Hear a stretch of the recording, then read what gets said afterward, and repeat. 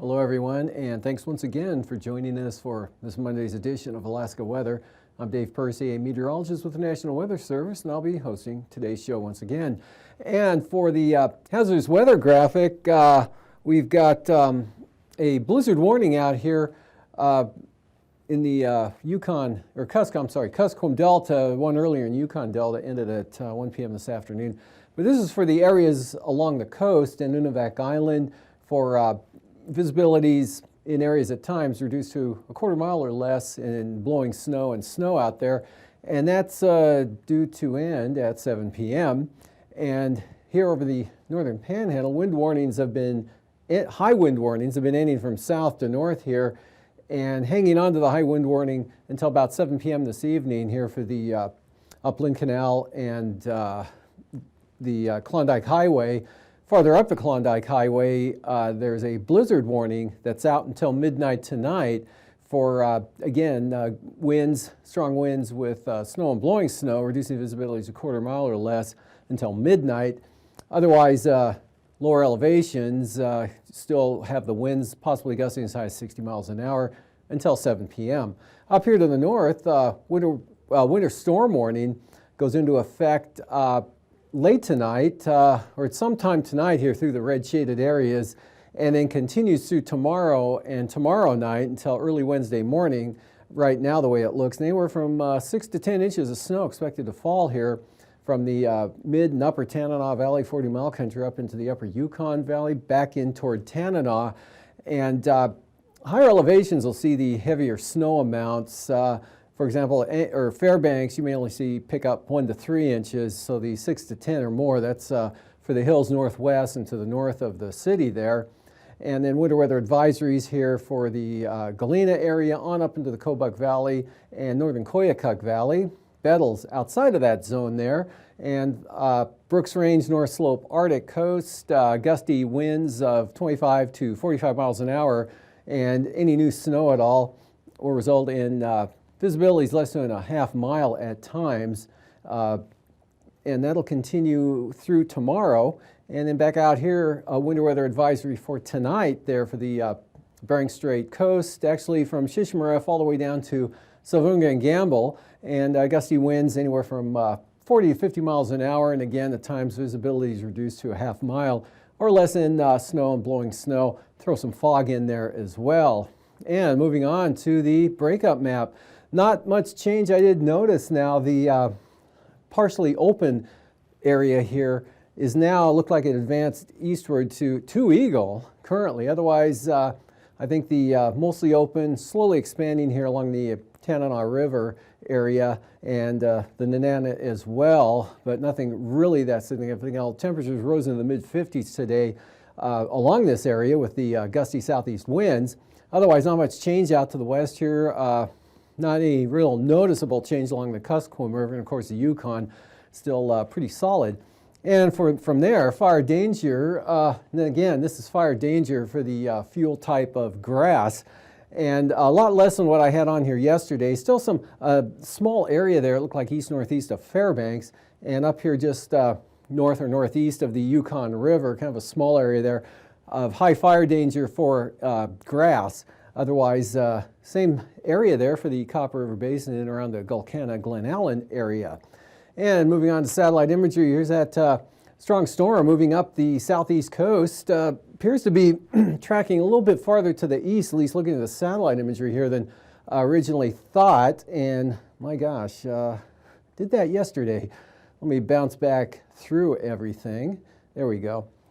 Anyway, weakening as it comes northward here. But rain has spread up into the Northway area this afternoon, and a fair amount of rain here occurred over the last 24 hours over the southeast coast, along with winds gusts of 40 to 60 miles an hour in some areas, Some areas saw less than that. Rainfall ranged from about 1 to 1 3/4 inches at Ketchikan to about an inch over at Yakutat. And actually, Ketchikan had 2 3/4 inches of rain in the last 24 hours, and about a half an inch falling at Sitka, and also the rain continuing and ending slower here with the front moving northward.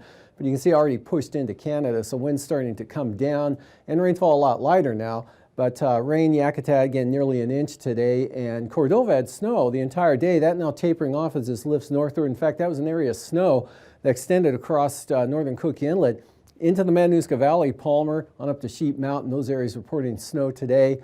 And then warmer temperatures, though, and lighter precipitation amounts up here.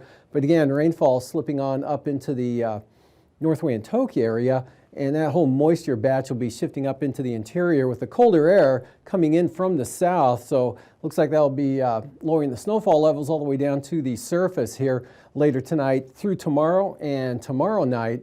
Otherwise, cold air heading southeastward here, as actually warmer air now spreading into the Seward Peninsula area, Norton Sound, and northern Bering. Temperatures much as 10 degrees warmer than they were 24 hours ago there as the cold air slips southeastward and heading east.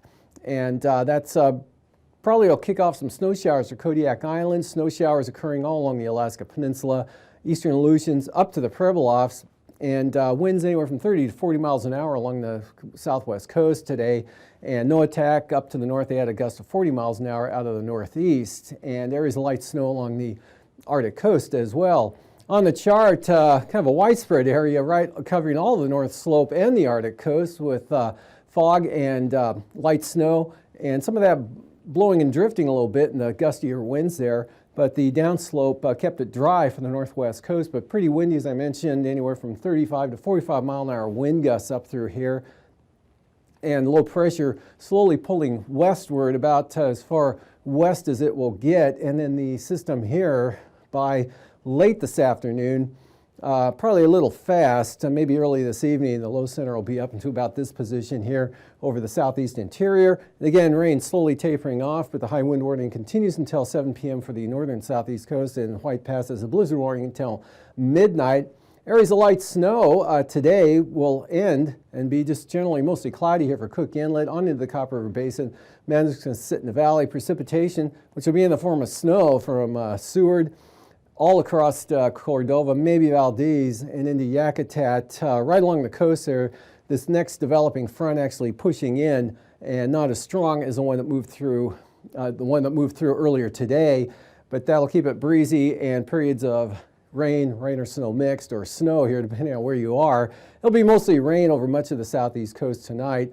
And then snow showers, colder air continues to pour into the western Gulf of Alaska from the west now.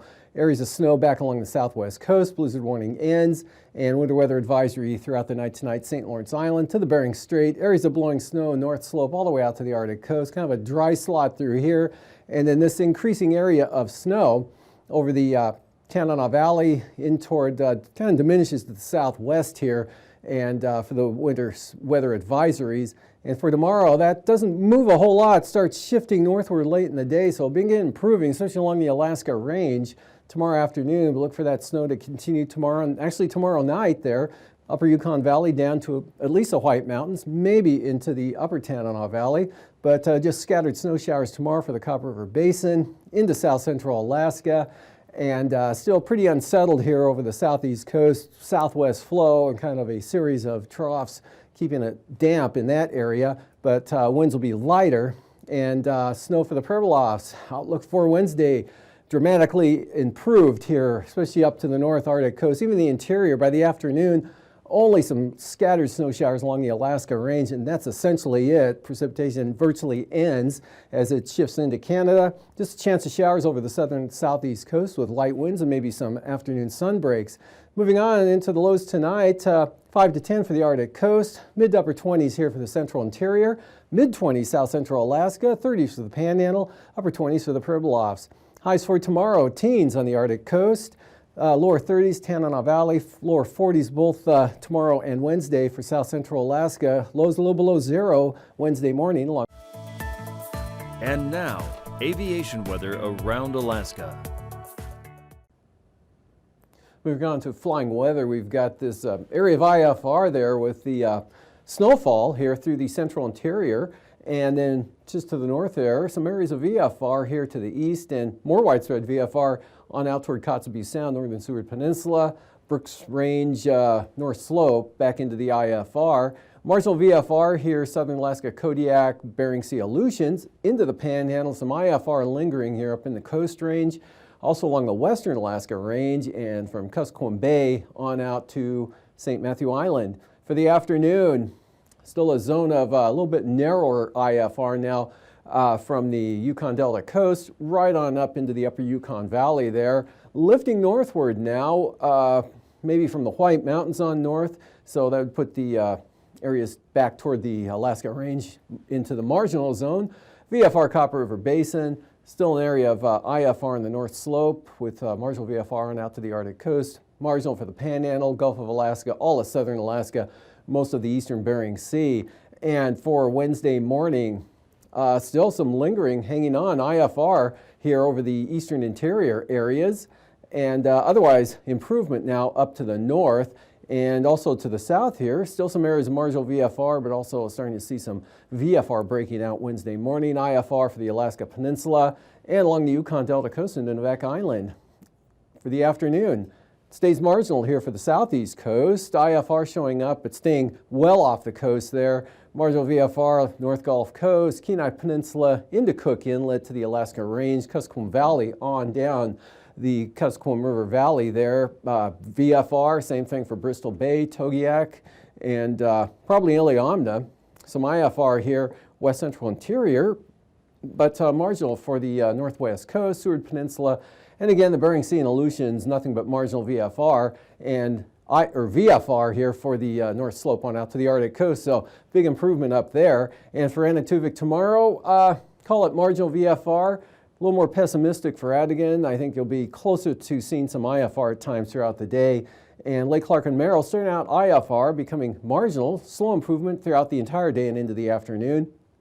And for rainy, IFR trending toward marginal VFR, and maybe even possible VFR if you're lucky. And for windy, marginal VFR at times tomorrow. Isabel, marginal, and Mintesta, marginal early on, becoming VFR in the afternoon or sooner. And for Tenita, you're going to be VFR the entire day. Portage, marginal VFR, either approach, and for Chilkoot and White, marginal VFR. Freezing levels, well, 2,000 feet now south of the entire state. Dixon entrance here, and way down there south of the Aleutians. Surface here tomorrow morning just north of the Aleutians, well actually a fair distance north, but well south of the Pribilofs to the Alaska Peninsula, up along the North Gulf Coast and along the eastern border of the Panhandle. Icing, heaviest, best chance will be here for the southeast coast up to the eastern North Gulf Coast. Could be some areas of considerable moderate there, will be kind of the exception, but still a possibility there above about 5,000 feet, mostly rime variety, and a swath of light to isolated moderate rime icing here from the northeast interior right on down the Yukon River Valley out to the coast, and then some spotty, less significant stuff here for Bristol Bay, the Aleutian Range, on back toward Cape Newenham. Jet stream, upper level low, kind of pulling westward here, and this one's shifting up to the north for tomorrow. Today, this one's just southern Cook Inlet, so not much of a movement, but it is to the west. Northwest winds here coming down, keeping the Bering Sea in the cold air there, 40 to 60 knots. The main jet, though, well to the south. And for 9,000 feet, southwest flow right into the southeast coast, 20 to 30 knots or so, maybe up to 35 down south. Light winds here along that trough axis over southern Alaska, followed by easterlies on the north side of the trough there, 15 to 25 miles an hour, all the way up to the North Slope, and northwesterlies 20 to 30 knots there across eastern Bering to the eastern Aleutians, 3,000 feet. Same pattern here, northwesterlies cutting across the Alaska Peninsula and Fox Islands, southwest 20 to 25 into the Panhandle, up to 30 knots there across the Copper River Basin. Easterlies 25 to 35, in some cases 40 knots for the Arctic coast. And with that, look for considerable moderate turbulence there, especially for small aircraft along the Brooks Range out to the western Arctic coast and southward into the Koyukuk and upper Yukon valleys. Pretty smooth here over the central and southern Alaska, moderate chop over the southern Panhandle, and the Fox Islands.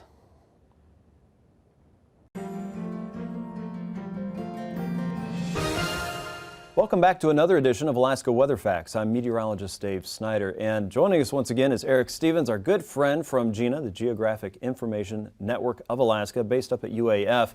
And thanks for joining us, Eric. Really appreciate it. Oh, happy to be here, Dave. And we love to hear about all the fascinating developments, new and old, and how we're using the tools here, especially around Alaska. And I've got to think that, satellite meteorology right now is a fascinating time to be involved in. If we go back to the first satellite, Tyros, back in 1960, I think is when we got some of those first pictures.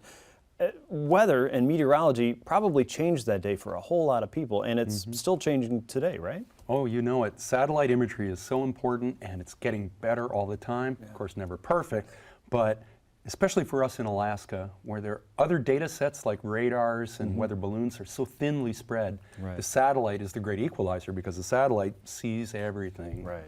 Yeah. Right. We've got one particular issue in volcanic ash detection. That's a big deal here. Yeah. You know it. If you fly an airplane into volcanic ash, your jet engine might just fail. Right. And an airplane without engines is in a world of hurt. Sure. So if there's a volcano that goes off, satellite imagery is the way to track that plume of ash and to tell pilots this is where you need to not be to avoid this ash plume.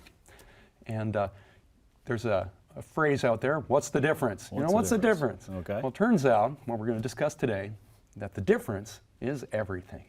There's a technique called channel differencing. Okay. That if you take one piece of the spectrum of what the satellite detects and a slightly different wavelength of that spectrum, even though those two images might look similar, magical things happen when you subtract one from the other. And they reveal information that was already there, but it was hard to find until you did that subtraction. That sounds like Nicolas Cage in National Treasure when he's got those fancy glasses and he's flipping one up and back and forth. I mean, is this what we're talking about? Let's go more highbrow and talk Michelangelo. Oh, so apparently Michelangelo made some amazing sculpture, and someone said, Michael, that's amazing. How did you do it? And Michelangelo's reply allegedly was, well, in that rock, the statue was already in there. Right. I just scraped away the unnecessary bits. In satellite meteorology, sometimes there are meteorological features that are in the data, but you can't see it until you combine or difference some of the channels. Okay. And we've got a case, good old Pavlov volcano goes off now and then. Sure. And you can observe directly a picture of the volcano. Just take it with your iPhone. You can see a volcano going erupting. off. Yep. Right. But if you want to get the broad view, we need satellite to do that. Now, there are a couple of wavelengths that we can look at. So what's a wavelength?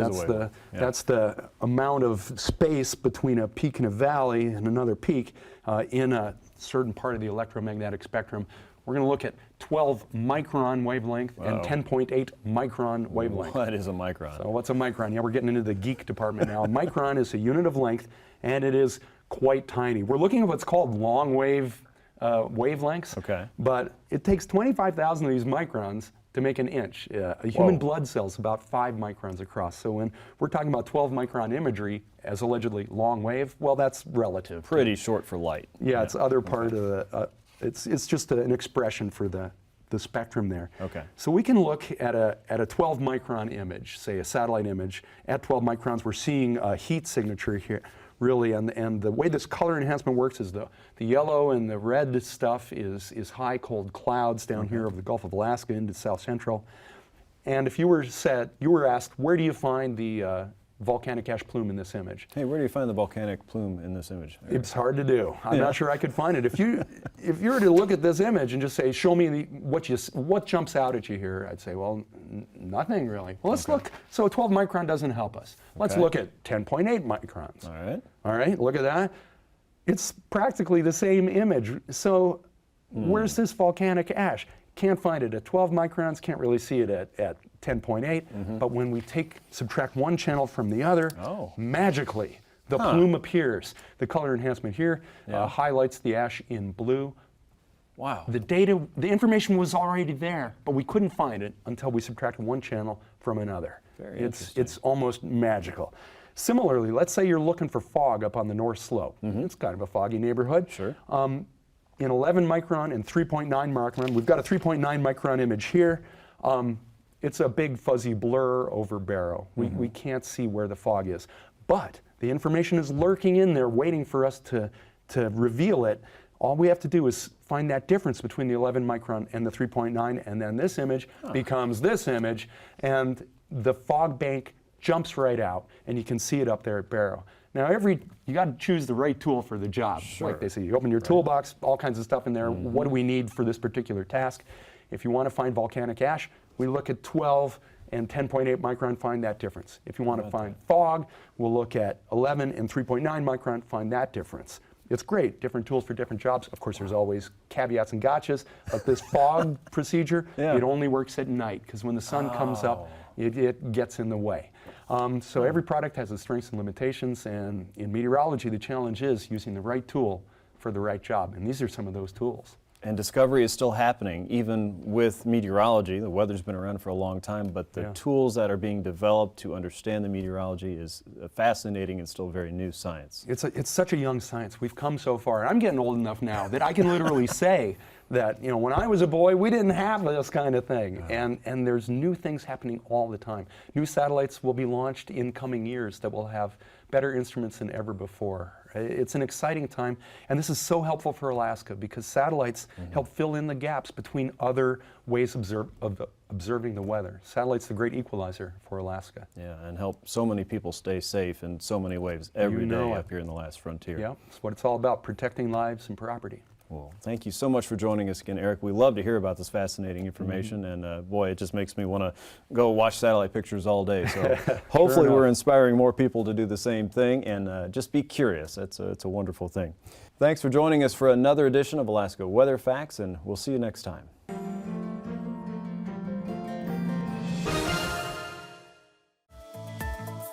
And now, marine weather around Alaska. Welcome back. Looking at today's sea ice analysis, continuing to move a little bit farther to the south here, and over the last several days, definitely has been an increase here south of St. Lawrence Island and into Norton Sound, and even along the Yukon Delta coast. It may continue a little bit more, but it looks like by later in the week, some strong southerly winds will develop out here in the central Bering and then eventually shift eastwards. That'll be something to keep aware of. Of course, when that happens, it'll beat it back to the north and start melting once again. Coastal water forecast here for the southeast coast. Southwest winds 20 knots. Pretty uniform here all along the coast, 11 to 12 foot sea. Southeast 25 for Lynn Canal. Small craft advisories there, but central and southern inside waters, south 20 with 4 foot seas. And even lighter winds in store for Wednesday. Southerlies at about 10, Stevens Passage on up into Lynn Canal and Glacier Bay. South 15, Clarence Strait. Light south winds at 10 knots on the south coast. Southeast 15, picking up to 20 as you head north up the coastline. And for Prince William Sound, westerlies 10 knots and southwest 20 here for the eastern North Gulf Coast. Westerlies at 20 knots back across the Barren Islands, and 15 knots for Kamishak Bay. Cook Inlet south to southwest at 15 knots with 3 to 4 foot seas. For Wednesday, now Prince William Sound northeast at 15, 3 foot seas, and east winds 25 knots with 5 to 7 foot seas here for the North Gulf Coast. Northeast 20 for the Barren Islands, northeast 15 Kamishak Bay, and Cook Inlet northeast 10 to 15 with 2 to 4 foot seas. And for Bristol Bay, southwest at 20 knots.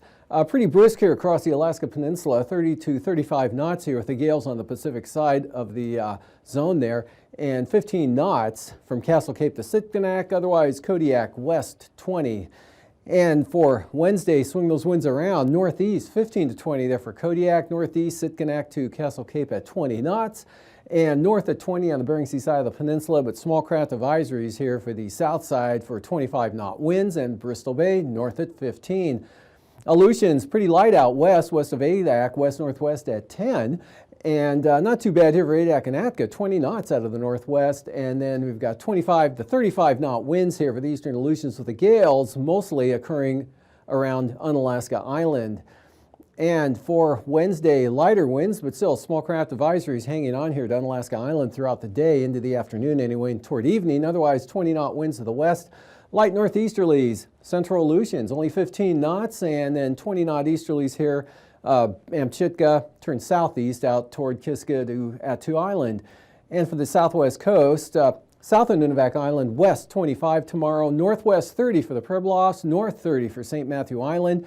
30-knot winds right up to St. Lawrence Island there. And then for Wednesday, winds coming down and will continue to do so and become even lighter on Thursday probably before the southerlies kick in. Otherwise, north to northwest 15 knots and northwest 20 from the Pribilofs to St. Matthew Island. Eastern Beaufort Sea Coast tomorrow, brisk wind advisories there. East-northeast 25 to 30 knots. Brisk wind advisories actually all the way down to Wales there. 30-knot winds here on the west side to Wales, where they'll become more northerly over the Chukchi Sea. And then lighter winds, though, for Wednesday, just 10 knots out of the east here from Wales to Cape Thompson. Brisk wind advisories continue for just about all of the Arctic coast there, from Cape Beaufort all the way to Demarcation Point, all out of the east, all at 25 knots. And for tonight, again, winter weather advisories out for all of the interior up here through tonight due to some snow, gusty winds, and reduced visibilities. Winter storm warnings, expecting heavy snow to develop over the mid and upper Tanana Valley, 40-mile country, into the upper Yukon to a certain extent, and extending in the central interior, and lighter amounts of snow here to the southwest. And snow will end over Cook Inlet into the Copper River Basin. Another front forms and pushes more precipitation into the Panhandle. And for tomorrow, still kind of a wet day, but becoming more showery, but I wouldn't count any sunshine, and kind of an unsettled pattern, at least through tomorrow night here with that southwest flow. Scattered snow showers across southern Alaska and pretty chilly temperatures for this late in April, and then the heavy snow with the winter weather or the winter storm warnings here in the eastern and central interior of the state. Improving though up to the north, and by Wednesday afternoon, precipitation will be essentially over here in the interior. Lingering snow showers along the Alaska Range with clearing on the increase.